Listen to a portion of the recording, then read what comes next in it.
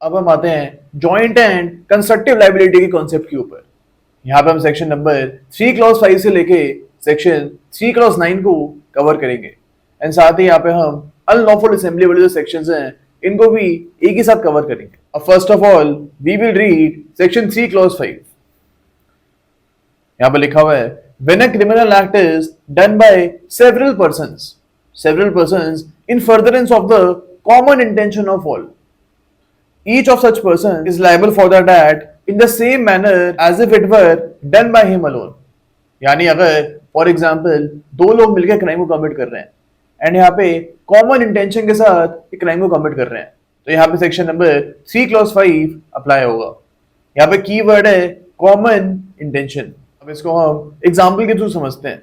For example A and B are two people, इन्होंने intention form करी है, common intention form करी है सी को मारने की। अब यहाँ पे ए जो है वो बाइक के ऊपर राइड कर रहा था, ए बाइक के ऊपर राइड कर रहा था एंड बी के यहाँ पे ड्यूटी थी टू किल सी। अब यहाँ पे ए धीरे धीरे बाइक को चला रहा था एंड जैसे सी अपने घर से बाहर आया उसी टाइम बी ने सी को शूट कर दिया। The moment C came out of his house, at that moment B shot at C and A was driving the bike. अब यहाँ पे आप देख रहे हो ए एंड बी का एक कॉमन इंटेंशन है टू किल सी। यहाँ पे इन्होंने पहले से ही प्लान बनाया था कि जैसे सी बाहर आएगा वैसे बी उसके ऊपर शूट कर देगा एंड उसके तुरंत बाद ए मोटर बाइक को तेज भगाएगा एंड ए और बी वहां से भाग जाएंगे। Here there was a common intention between A and B and also here there was a pre-arranged plan. There was a pre-arranged plan between A and B. अब यहाँ पे B ने C को शूट किया है जिसके वजह से C की डेथ हो जाती है। तो यहाँ पे B को हम section number 103 of BNS, section number 103 of BNS के अंडर पनिश करेंगे for causing murder of C। But यहाँ पे A की लायबिलिटी क्या होगी? यहाँ पे A can be punished under section number 103 of BNS, 103 of BNS read with section 3 clause 5 of BNS। जब यहाँ पे FIR लॉन्च होगी या फिर चार्जेस फ्रेम होंगे तो यहाँ पे इस टाइप से A का ऑफेंस लिखा जाएगा। यहाँ पे A को भी हम मर्डर के लिए ही पनिश कर रहे हैं इवन तो यहाँ पे A ने कोई भी गोली नहीं चलाई, स्टिल यहाँ पे हम A को मर्डर की ही पनिशमेंट देंगे because of section number 3 clause 5। Section number 3 clause 5 बोलता है कि अगर दो या फिर दो से ज्यादा लोगों के बीच में कॉमन इंटेंशन फ्रेम हो रही है टू कमिट अ क्राइम तो यहाँ पे सारे पार्टिसिपेंट्स को सेम पनिशमेंट मिलेगी because they had a common intention to commit a crime. तो यहाँ पे हम बोल सकते हैं that the liability mentioned in section number 3 clause 5 of BNS is based upon mens rea of the accused persons। यहाँ पे क्लॉज 5 को अब हम दोबारा पढ़ते हैं। When a criminal act is done by several persons in furtherance of a common intention of all। हमारे example में भी सेम चीज हो रही थी, ए और बी के बीच में कॉमन इंटेंशन थी to commit a criminal act. Okay, अब आगे देखते हैं हम इसमें each of such persons is liable for that act in the same manner as if it were done by him alone। तो यहाँ पे बी ने तो गोली मारी थी उसको तो मर्डर की पनिशमेंट मिलेगी ही मिलेगी, लेकिन ए को भी हम इसी टाइप से पनिश कर सकते हैं एज इफ ए ने ये काम अकेले किया हो। दैट इज लॉ यहाँ पे प्रिज्यूम कर रहा है कि ए ने अकेले मर्डर किया है सी का and that is why he can get a separate punishment of murder in this case. अब यहाँ पे आपको एक और चीज याद रखनी है कि section number 3 clause 5 is not a substantive offense। Section number 3 clause 5 is not a substantive offense, it is a rule of evidence। इस स्टेटमेंट आपको पीटी के हिसाब से याद रखनी है। इसका ये मतलब है कि सेक्शन नंबर 3 clause 5 एक सब्सटैंटिव ऑफेंस नहीं है, यहाँ पे कोई स्पेसिफिक पनिशमेंट की बात नहीं करी गई है। सपोज आप सेक्शन नंबर 103 ऑफ बीएनएस देखोगे, वहां पे स्पेसिफिक पनिशमेंट गिवन है कि मर्डर अगर कमिट करोगे आप तो आपको लाइफ इम्प्रिजनमेंट मिल सकती है या जो भी पनिशमेंट वहां पे गिवन है वो आपको मिल सकती है।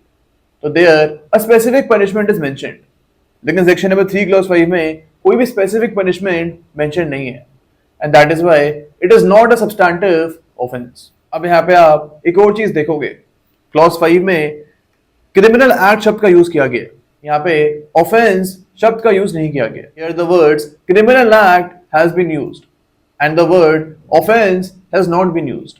ऐसा इसलिए होता है क्योंकि यहाँ पे एक कंप्लीट ऑफेंस कमिट नहीं हो रहा है। Section number 3 clause 5 in itself does not mention of a complete offence. हमारे एग्जांपल में हमने देखा था कि सेक्शन नंबर 3 क्लॉज 5 को अगर हम 103 ओबीएनएस के साथ कंबाइन करेंगे तभी एक ही लायबिलिटी वहां पे बन रही है। सिर्फ सेक्शन नंबर 3 क्लॉज 5 के अंडर ही आप ए को पनिश नहीं करोगे, आपको इसको एक सब्सटैंटिव ऑफेंस के साथ कंबाइन करना पड़ेगा। एंड दैट इज व्हाई यहाँ पे क्रिमिनल एक्ट शब्द का यूज किया गया है, because under section number 3 clause 5 a complete offence is not committed. तो यहाँ पे हम इसके जो इंग्रेडिएंट्स हैं तो समराइज करते हैं। फर्स्टली यहाँ पे कॉमन इंटेंशन होनी चाहिए। There must be presence of common intention between the accused persons. यहाँ पे सेकंड इंग्रेडिएंट हो सकता है that there must be two or more people committing the crime. There must be two or more people committing the crime. If a single person has committed a crime, then section number 3 clause 5 will not apply. Section number 3 clause 5 तभी apply करेगा जब दो या फिर दो से ज्यादा लोग एक ऑफेंस को कमिट कर रहे हैं। इसके अलावा आपको एक और चीज याद रखनी है that there must be an overt act. There must be an overt act on the behalf of the accused persons for section number 3 clause 5 of BNS to apply. यानी जो दोनों accused persons है इन्हें कुछ overt act करना पड़ेगा। They will have to do an overt act in furtherance of the common intention. हमारे example में ए और बी के बीच में कॉमन इंटेंशन थी कि वो सी का मर्डर करेंगे, एंड यहाँ पे ए और बी दोनों ने एक ओवर्ट एक्ट की है अपनी कॉमन इंटेंशन को अंजाम देने के लिए। बी ने यहाँ पे गोली चलाई है एंड ए ने यहाँ पे मोटरसाइकिल चलाई है for executing their common intention of killing C. इसके अलावा यहाँ पे एक और इंग्रेडिएंट है that the accused persons must be physically present. The accused persons must be physically present and must do participation in whatsoever manner. यानी accused यहाँ पे physically present होने चाहिए एंड इनको किसी भी वे में क्रिमिनल एक्ट के अंदर पार्टिसिपेशन करना चाहिए। तो सेक्शन नंबर 3 क्लॉज 5 के रिस्पेक्ट में आपको इंग्रेडिएंट्स को याद रखना है। अब हमको यहाँ पे एक और चीज याद रखनी है कि सेक्शन नंबर 3 क्लॉज 5 में जो हमने अभी कॉन्सेप्ट को डिस्कस की है, it was there under section 34 of IPC का सेक्शन नंबर 34 इस कॉन्सेप्ट के बारे में बात करता था। एंड उस टाइम पे there were various case laws decided on this subject. काफी सारे केस लॉज सेक्शन नंबर 34 के रिस्पेक्ट में डिसाइड किए गए थे and which will be relevant on section number 3 clause 5 as well. हम यहाँ पे उन्हीं केस लॉज के बारे में डिस्कशन करेंगे जो कि सेक्शन नंबर 3 क्लॉज 5 के ऊपर भी अप्लाई करेंगे। First of all you can write that the case of Reg versus Cruz 1838 was the oldest case law on the subject of joint and constructive liability. अब इसके बाद हमारे सामने एक लैंडमार्क केस लॉ होता है महबूब शाह वर्सेस एम्परर। अब इस केस में क्या हुआ था, there were group A and group B. यहाँ पे ग्रुप ए का एक मेंबर होता है, he went to pluck vegetables from his farm। अपने फार्म में से वो वेजिटेबल्स को निकालने के लिए जाता है। And while this boy was doing this act, the members of group B came and stopped this boy। यानी यहाँ पे ग्रुप बी के मेंबर्स आते हैं एंड इस बॉय को वेजिटेबल्स को प्लग करने से वो मना कर देते हैं। अब when this act occurred, the boy from group A started shouting, and on hearing his shout, his father and Chacha came at the scene and started firing at the members of group B। यानी यहाँ पे जैसे ही group B के members आके उसको रोकते हैं, वो चिल्लाने लग गया एंड उसकी आवाज सुन के उसके फादर और चाचा उस स्पॉट के ऊपर आ गए एंड उन्होंने ग्रुप बी के मेंबर्स के ऊपर गोली चला दी। अब here from the gun of the father of the boy there was a person who was injured and from the gun of चाचा of the boy a person was killed. यानी यहाँ पे जो लड़के के फादर हैं इसकी गन से एक पर्सन इंजर्ड हो गए एंड चाचा की गन से एक पर्सन की डेथ हो गई। अब after After this act, the Chacha fled to Pakistan. And the trial of the father of the boy. Trial of the father of the boy began in India. And the charges of attempt to murder were applied on the father of the boy. Were applied on the father of the boy. Charges of murder read with section number 34 of IPC. Read with section number 34 of IPC was also applied on the father. यानी यहाँ पे act को करने के बाद जो चाचा जी हैं वो तो पाकिस्तान भाग गए, लेकिन जो फादर है बॉय के वो यहीं पे रह गए। एंड इनके ऊपर पहला तो केस बन रहा था अटेम्प्ट टू मर्डर का, एंड सेकंड केस यहाँ पे बन रहा था मर्डर का, बिकॉज यहाँ पे ये एलेज किया जा रहा था कि जो चाचा और फादर हैं इन दोनों के बीच में कॉमन इंटेंशन थी to kill the members of group B, and that is why even though murder चाचा की गन से हुआ है, स्टिल यहाँ पे कॉमन इंटेंशन थी। तो यहाँ पे जो फादर ऑफ द बॉय है इनको भी हमको मर्डर के लिए कन्विक्ट करना चाहिए। अब in this particular case the trial court and high court convicted the father for murder read with section number 34 of IPC. हम ऑलरेडी डिस्कस कर चुके हैं कि सेक्शन नंबर 34 जो है same essence section number 3 clause 5 of BNS में भी apply करेगा। तो यहाँ पे ट्रायल कोर्ट और हाई कोर्ट ने मर्डर की पनिशमेंट फादर को दे दी थी, because the trial court and high court thought that there was common intention between the father of the boy and the chacha of the boy. But here appeal was made in the case to the Privy Council, and the Privy Council acquitted the father of the boy of the charges of murder read with section number 34 of IPC, because the Privy Council thought that in this particular case there was no pre-arranged plan to kill the members of group B, and also there was no prior meeting of mind between the accused persons.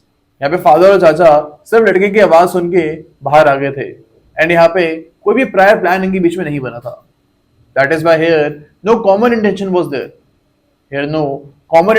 there. As there was no prior meeting of mind between the accused persons. तो ये case आपको याद रखना है। This is a landmark case on section number 34 of IPC, and same essence हम section 3 clause 5 के ऊपर भी अप्लाई करवा सकते हैं। अब एक और लैंडमार्क केस के ऊपर हम आते हैं, which is Barendra Kumar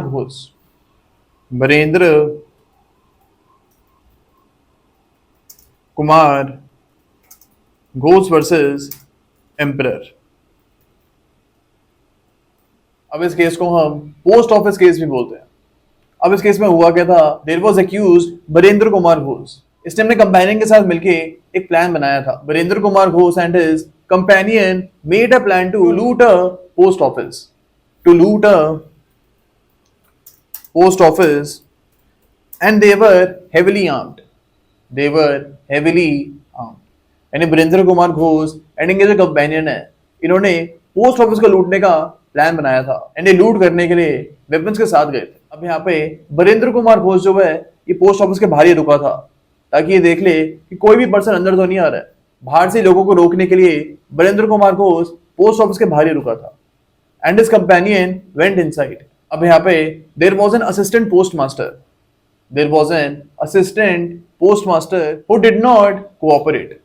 who did not cooperate, and the companion of Barendra Kumar Ghosh shot at the assistant postmaster, and the victim died in this particular case. Here Barendra Kumar Ghosh was charged with section number 302 of IPC read with section 34 of IPC।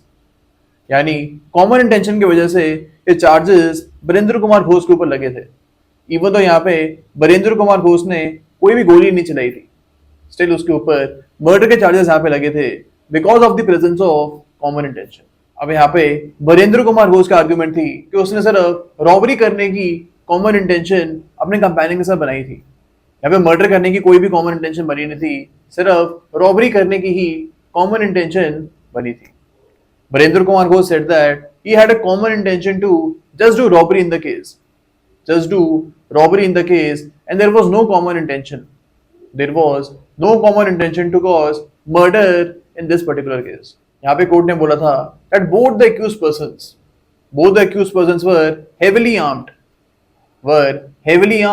and this shows that they had a common intention. They had a common intention to commit murder as well in case the employees of the post office,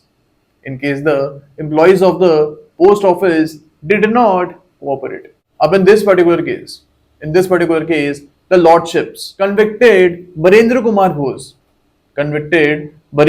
Ghosh of section number 302 of IPC, read with section 34 of IPC, because there was presence of common intention in this particular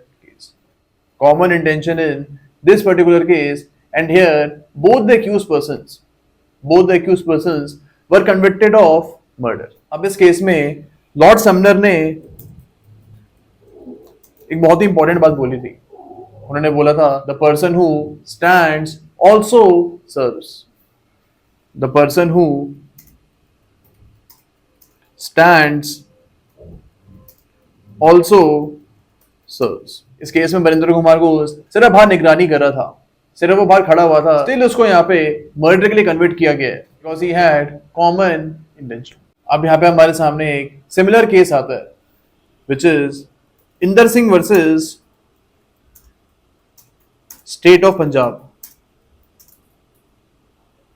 अब in this case there were A, B, C and D.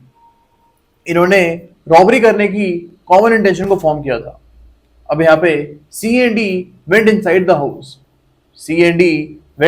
House to do the robbery, and A and B were left out of the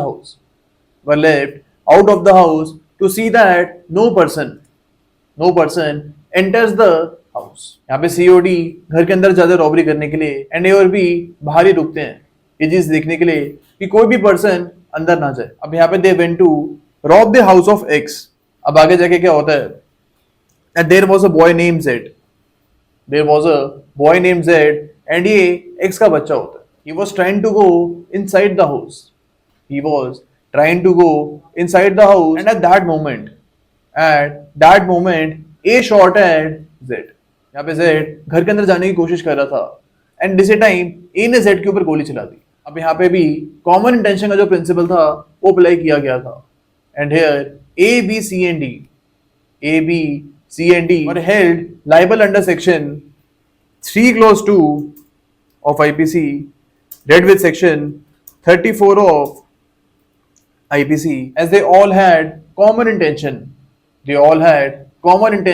to commit the crime of murder. अब यहाँ पे भी हम देख रहे हैं accused के पास gun थी जो कि दिखा रहा था कि मर्डर करने की यहाँ पे कॉमन इंटेंशन पहले ही फॉर्म हो गई थी. तो केसेस आपको याद रखने हैं with respect to common intention under section number 3 clause 5 of PNS. अब हम सेक्शन नंबर 3 के बाकी के जो क्लॉजेस हैं इनको भी एग्जामिन करते हैं. अब section number 3 clause 6 supplement section 3 clause 5. यहाँ पे एक सिंपल सी बात बोली गई है कि अगर दोनों एक्यूज पर्सन के बीच में कॉमन इंटेंशन नहीं थी, लेकिन यहाँ पे एक एक्यूज की कॉमन नॉलेज थी, सपोज एक यहाँ पे टेंशन थी मर्डर को कमिट करने की, लेकिन बी के यहाँ पे कॉमन इंटेंशन तो नहीं थी लेकिन कॉमन नॉलेज थी. उसको सिर्फ नॉलेज थी कि इस एक्ट की वजह से शायद मर्डर कमिट हो सकता है. अब यहाँ पे फॉर एग्जांपल मर्डर कमिट हो जाता है, इस ट्रांजैक्शन में मर्डर कमिट हो जाता है. अब यहाँ पे ए और बी दोनों को हम मर्डर के लिए यहाँ पे कन्वर्ट कर सकते हैं बिकॉज अगर कॉमन इंटेंशन नहीं भी थी स्टिल यहाँ पे कॉमन नॉलेज थी, and that is why still यहाँ पे मर्डर के लिए दोनों एक्यूज को हम कन्वर्ट कर सकते हैं. ओके, ये 3 क्लॉज 6 का एसेंस है. अब सेक्शन नंबर 3 क्लॉज 8 में इंटेंशनल कोऑपरेशन के बारे में बात करी गई है. इसको हम एग्जाम्पल के थ्रू समझते हैं. फॉर एग्जाम्पल ए और बी दो सर्वेंट्स होते हैं, ये अपने एम्प्लॉयर को मारना चाहते हैं. अम्मी के बीच में एक एग्रीमेंट हुआ था कि ए जो है सुबह थोड़ा सा पॉइजन मिला के मास्टर को देगा, एंड बी शाम को थोड़ा सा पॉइजन मिला के मास्टर को देगा. अब यहाँ पे सेवरल पार्ट्स के अंदर ये ऑफेंस कमिट हो रहा है, एक सिंगल ट्रांजैक्शन के अंदर ये ऑफेंस नहीं हो रहा है, सेवरल पार्ट्स के अंदर ये ऑफेंस कमिट हो रहा है. सुबह पॉइजन ए दे रहा था एंड शाम को पॉइजन बी दे रहा था. अब यहाँ पे स्टिल हम बोल सकते हैं that there was common intention between A and B. And अगर यहाँ पे मास्टर की डेथ हो जाती है, सपोज शाम को बी ने पॉइजन दिया था एंड इस पॉइजन की वजह से मास्टर की डेथ हो जाती है। अब यहाँ पे बी को तो मर्डर के लिए कन्वर्ट करेंगे ही हम, लेकिन ए को भी यहाँ पे हम मर्डर के लिए कन्वर्ट करेंगे। तो सेक्शन नंबर 3 क्लॉज 8 और सेक्शन 3 क्लॉज 5 में ये डिफरेंस है that under section number 3 clause 8 the act is done in several parts, but under section number 3 clause 5 under section 3 clause 5 the criminal act was done in same transaction also यहाँ पे आप देखोगे कि section number 3 clause 5 में सारे participants इकट्ठे present थे। At one place all the participants were present, but under section number 3 clause 8 of BNS all the participants are not present in the same transaction। यहाँ पे सुबह ए काम कर रहा था एंड शाम को बी काम कर रहा था, दोनों एक टाइम पे मौजूद यहाँ पे नहीं थे। तो ये भी एक डिफरेंस हो सकता है between section number 3 clause 8 and section 3 clause 5। अब section number 3 clause 7 of BNS के ऊपर हम आते हैं। आपको एक चीज याद रखनी है कि section number 3 clause 7 does not deal with constructive liability. यहाँ पे कंस्ट्रक्टिव लायबिलिटी की बात नहीं हो रही है। एक single person section number 3 clause 7 में एक्ट को कमिट कर रहा है। यहाँ पे गिवन है कि अगर एक ऑफेंस को आप पार्टली एक्ट और पार्टली ओमिशन के थ्रू कमिट करते हो तो स्टिल यहाँ पे आपको पनिशमेंट मिल सकती है।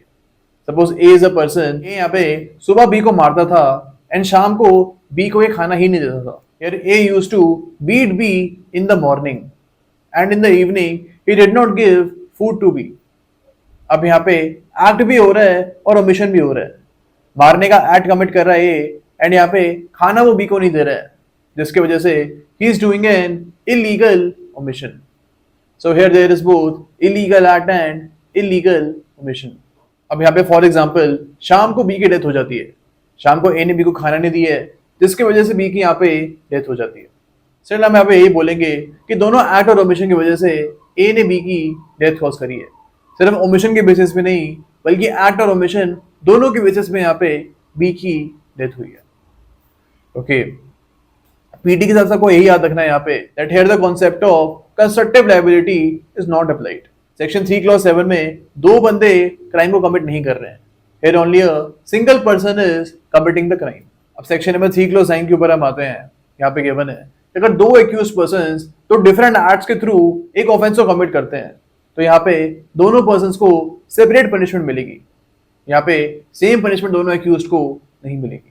फॉर एग्जाम्पल ए और सी के बीच में लड़ाई हो जाती है एंड यहाँ पे A started beating C under grave and sudden provocation, अब यहाँ पे बी और सी के बीच में भी पहले से लड़ाई चल रही थी एंड बी यहाँ पे सी को मारना चाहता था। अब उसने देख लिया कि ए ऑलरेडी सी को मार रहा है, that is why B also joined A and here B had the intention to kill C. अब यहाँ पे बी सी को मारने लग जाता है, जिसके वजह से सी की यहाँ पे डेथ हो जाती है। अब in this particular case A को तो हम culpable homicide not amounting to murder के लिए पनिश करेंगे, बिकॉज यहाँ पे पहले से ए की कोई इंटेंशन नहीं थी सी को मारने की। उसने ग्रेव एंड सडन प्रोवोकेशन के अंडर सी को मारा है, that is why culpable homicide not amounting to murder के लिए हम ए को पनिश यहाँ पे कर सकते हैं। लेकिन यहाँ पे B had a proper intention to kill C and that is why B will be liable for murder. B को यहाँ पे हम मर्डर के लिए लायबल करेंगे एंड ए को यहाँ पे हम culpable homicide not amounting to murder के लिए लायबल करेंगे। अब यहाँ पे आप देख रहे हो सेक्शन नंबर 3 क्लॉज 5 अप्लाई नहीं कर रहा है, बिकॉज यहाँ पे कॉमन इंटेंशन फॉर्म नहीं हो रही थी। यहाँ पे ए और बी के बीच में कोई प्रायर प्लान नहीं बना था, पहले से इन्होंने कोई प्लान को बनाया नहीं था and hence there was no prior meeting of mind between A and B and that is why इस केस को हम सेक्शन 3 क्लॉज 9 में डील करेंगे एंड सेक्शन नंबर 3 क्लॉज 5 में इस केस को हम नहीं लेके जाएंगे। तो सेक्शन नंबर 3 की रिस्पेक्ट में हमको ये सारे क्लॉजेस याद रखने हैं एंड सेक्शन नंबर 3 क्लॉज 5 को हमने डिटेल में कवर किया and that is why section number 3 clause 5 को यहाँ पे डिटेल में आपको पढ़ना पड़ेगा। अब इसके बाद हम आएंगे अनलॉफुल असेंबली के सेक्शंस के ऊपर।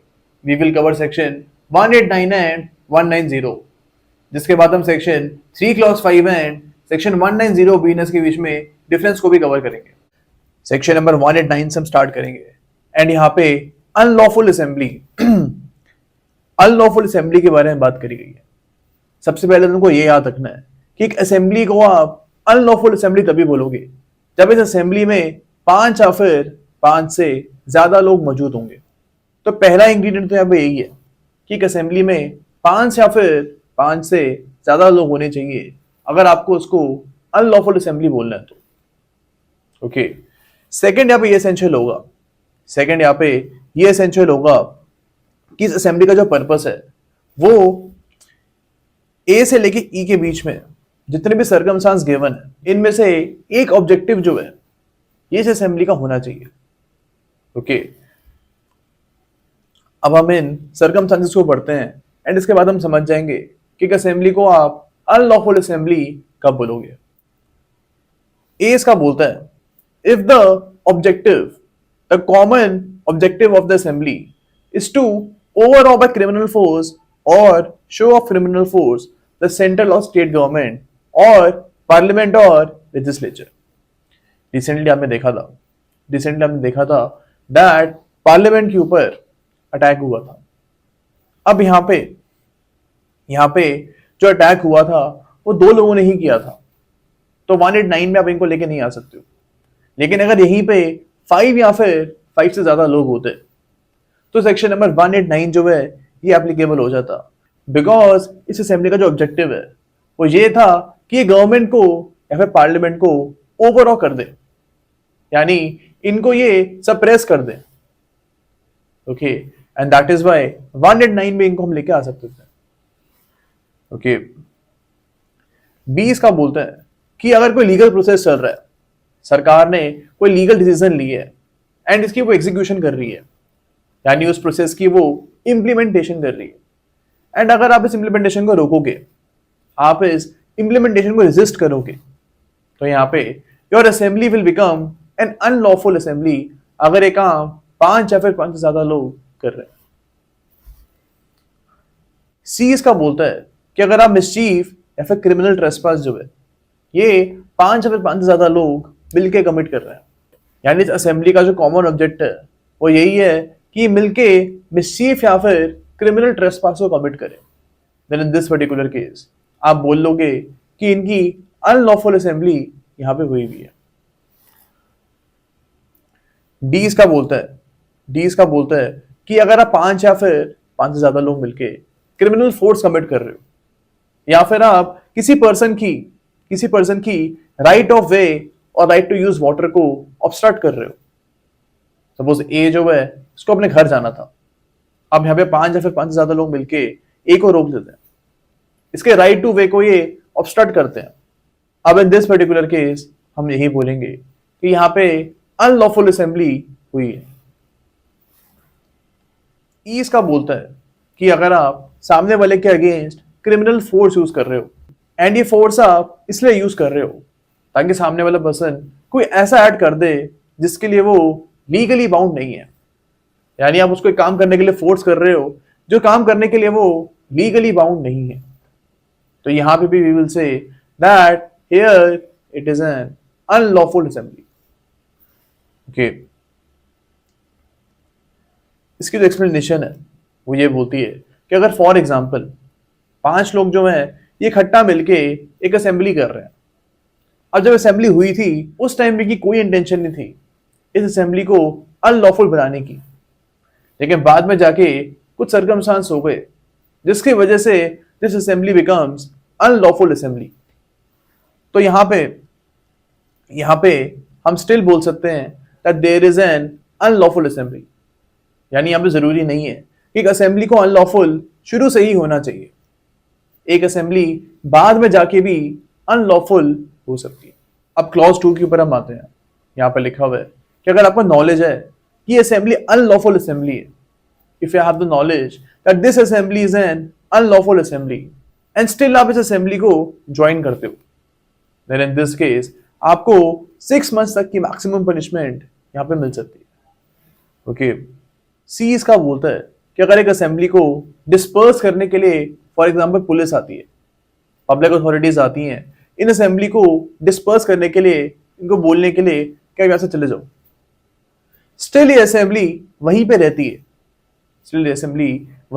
है और डिस्पर्स नहीं होती है, and in this case clause 3 बोलता है कि आपको मैक्सिमम 2 years तक की पनिशमेंट यहाँ पे मिल सकती है। अब क्लॉज 2 में आपको ये भी याद रखना है कि अगर आप इस असेंबली में शुरू से थे या फिर बाद में जाके आपने इस असेंबली को ज्वाइन की है, दोनों केसेस में क्लॉज 2 में मैक्सिमम 6 months तक की पनिशमेंट मिल सकती है। ओके, अब क्लॉज 4 के ऊपर हम आते हैं। यहां पे लिखा हुआ है कि अगर आप असेंबली में हो विद डेडली वेपन्स, ओके, जो भी पर्सन इस अनलॉफुल असेंबली में डेडली वेपन को कैरी कर रहा है, इस पर्सन को आप यहां पे 2 years तक की मैक्सिमम पनिशमेंट दे सकते हो। यहां पे आपको याद रखना है कि पूरी असेंबली को 2 साल की पनिशमेंट नहीं मिल रही है। पूरी असेंबली को तो आप क्लॉज 2 में 6 महीने तक की मैक्सिमम पनिशमेंट दे सकते हो, लेकिन यहाँ पे जो भी पर्सन इस डेडली वेपन को कैरी कर रहा है उसी को आप यहाँ पे 2 years तक की मैक्सिमम पनिशमेंट क्लॉज 4 में दे सकते हो। अब क्लॉज 5 पे हम आते हैं।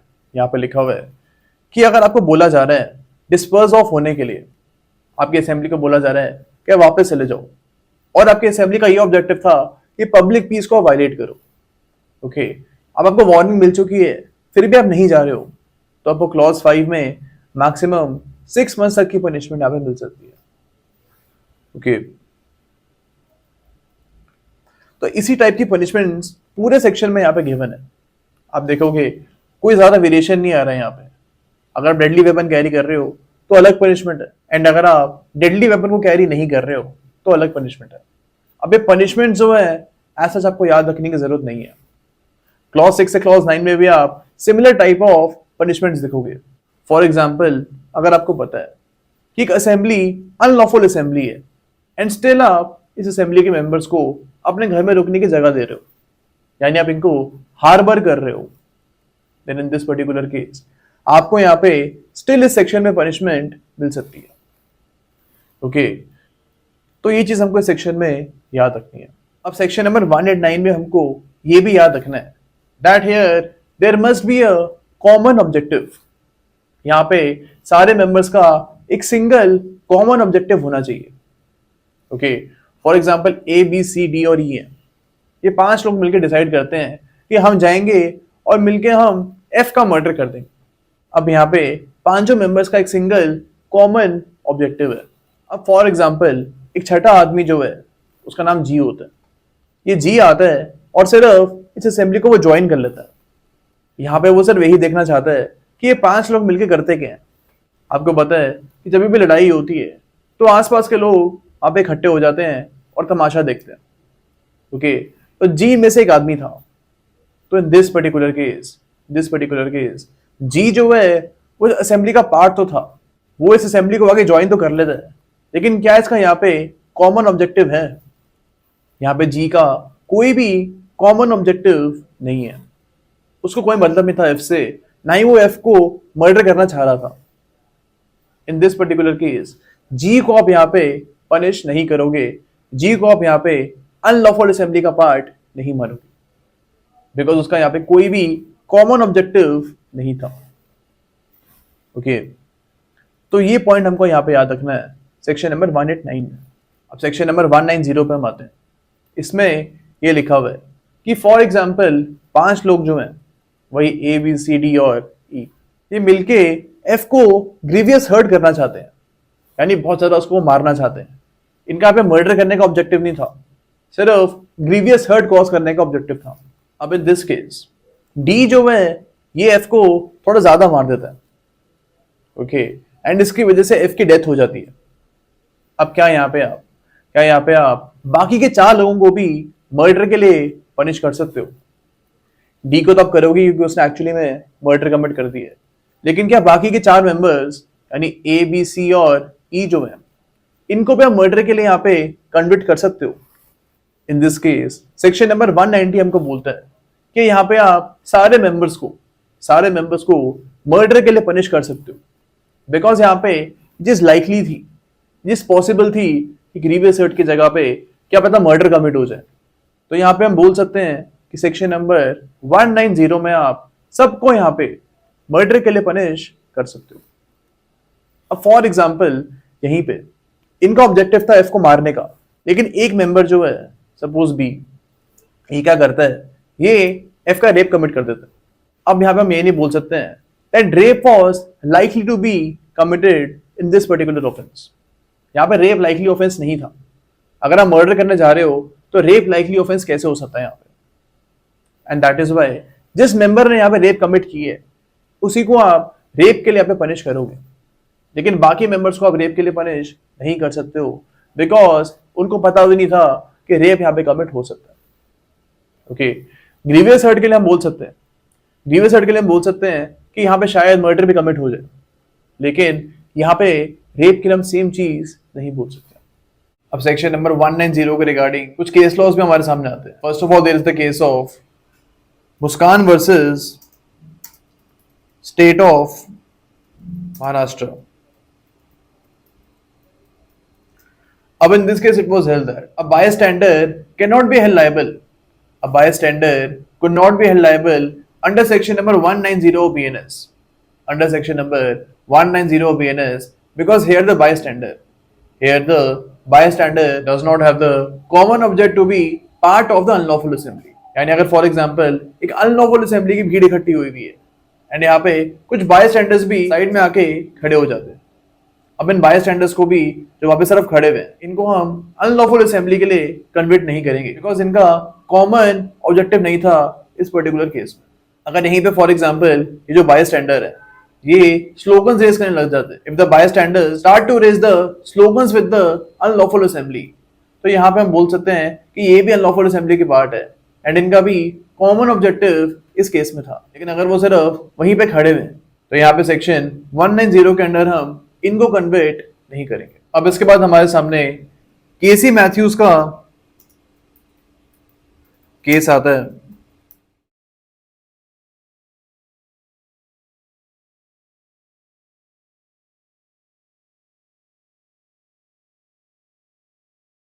अब in this particular case there was an unlawful assembly and this unlawful assembly wanted to release a person from jail. इनका एक साथी जेल में बंद हो गया था एंड इस साथी को छुड़ाने के लिए ये जाते हैं जेल के अंदर and they had crackers and sticks with them. पटाखे और स्टिक्स जो हैं इन अनलॉफुल असेंबली के पास मौजूद थी. अब यहाँ पे इस पर्टिकुलर केस में मर्डर हो जाता है. It was held by the court that all the members of the unlawful assembly all the members of the unlawful assembly knew that murder can be committed in the case. Murder can be committed in the case and they were all liable for murder and causing riots.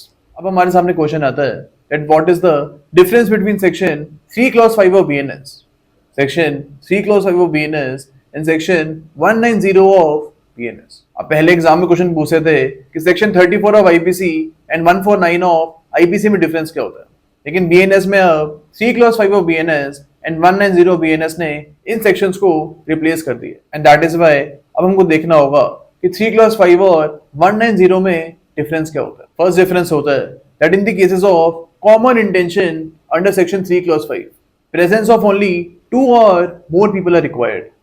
Presence of only 2 or more people are required. But for constituting an offense under section 190 BNS, presence of at least 5 people is required. Presence of at least 5 people is required. इसके बाद आप लिख सकते हो that in common intention, planning is required. Planning is required. But under section number 190 BNS, there is no need of forming a prior plan. There is no need of forming a prior plan. For example 10 बंदों की भीड़ इकट्ठी हो जाती है and on the spot एक बंदे को मारने लग जाते हैं. यहाँ पे इनके बीच में कोई प्रायर प्लान नहीं था and that is why section number 190 के अंडर ये सारे लायबल हो सकते हैं, बट 3 क्लॉज 5 यहाँ पे अप्लाई नहीं करेगा. इसके अलावा you can write that under section number 3 clause 5 of BNS participation of the accused persons is required. Participation of accused persons is required. But under section number 190 BNS, only membership is required. Only membership is required. इसके बाद you can write that under section number 190 BNS, even membership is punishable. Even membership is punishable even if there was no overt act. Even if there was no overt act on the behalf of the accused persons. इसके बाद you can write that under section number 3 clause 5 of BNS, under section 3 clause 5 of BNS, an overt act by the accused persons is required. But in order to constitute a crime under section 190 BNS, but under section number 190 BNS, the accused persons can be punished even if there was no act done. Even if there was no act done, they can be held liable only on the basis of membership between the accused persons. Only on the basis of membership between the accused persons.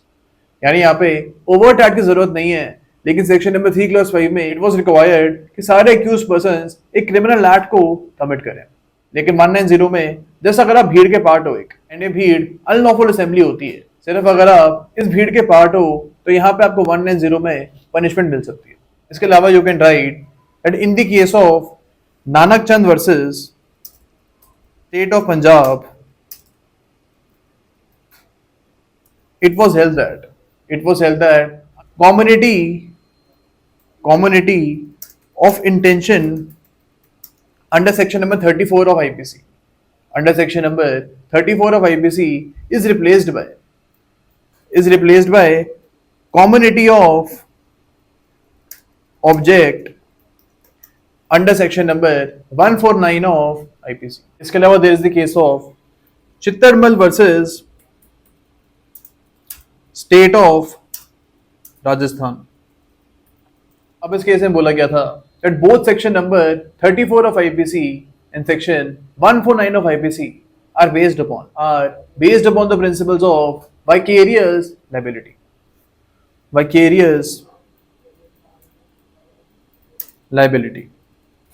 Because यहाँ पे आप देख रहे हो एक accused crime को commit कर रहा है, इसकी वजह से बाकी सारे एक्यूज्ड पर्संस को पनिशमेंट यहाँ पे मिल रही है. एंड सेम कॉन्सेप्ट हम सेक्शन नंबर 3 क्लॉज 5 और 190 के ऊपर भी लगा सकते हैं. तो ये जॉइंट एंड कंस्ट्रक्टिव लायबिलिटी का जो कॉन्सेप्ट है, इसके बारे में आपको पता होना चाहिए.